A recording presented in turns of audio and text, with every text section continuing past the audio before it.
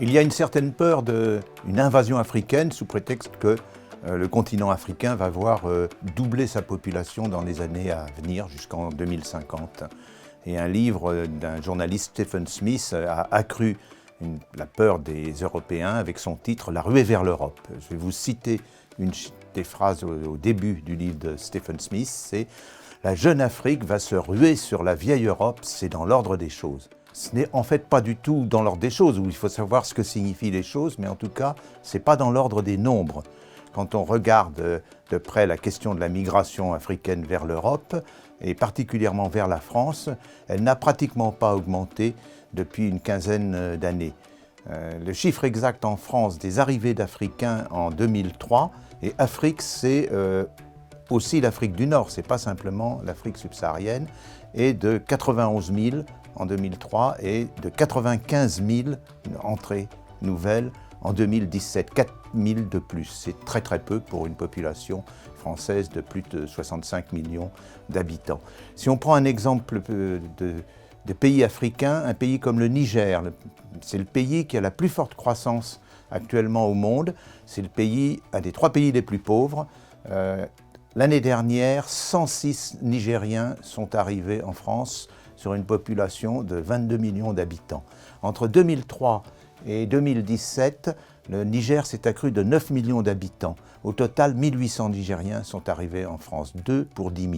Donc on ne peut absolument pas dire qu'il y a un risque d'invasion. Il faut voir qu'il y a une très grosse diversité en Afrique, des directions des migrants, qui sont d'ailleurs presque tous vers des pays africains, et aussi vers des pays comme le Canada ou bien comme l'Australie.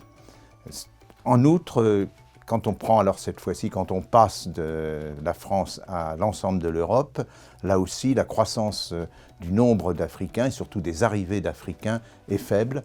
Elle est de l'ordre d'une croissance de 1,5% par an, alors que le continent africain s'accroît à 2,5% par an. Donc on a là-dedans une vitesse beaucoup plus faible de l'arrivée des Africains que de leur propre croissance.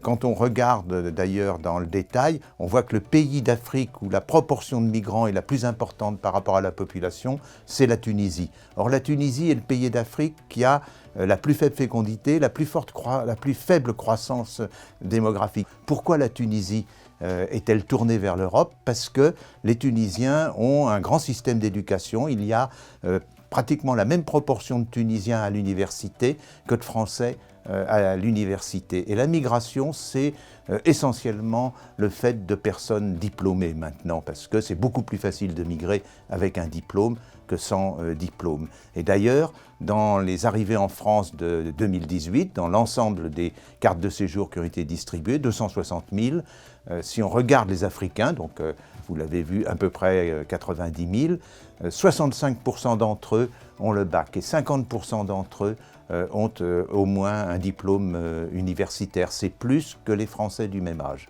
On oublie aussi, avec cette peur de l'invasion, que les Africains migrent surtout en Afrique. Plus de 80% des migrations africaines entre États sont à l'intérieur de l'Afrique. Alors c'est des migrations de personnes qui sont éduquées, par exemple des personnes d'Afrique de l'Ouest qui vont vers l'Afrique du Sud ou vers le Congo, mais c'est aussi, hélas, des migrations de réfugiés pauvres et qui, eux, ne font que passer la frontière avec l'État voisin.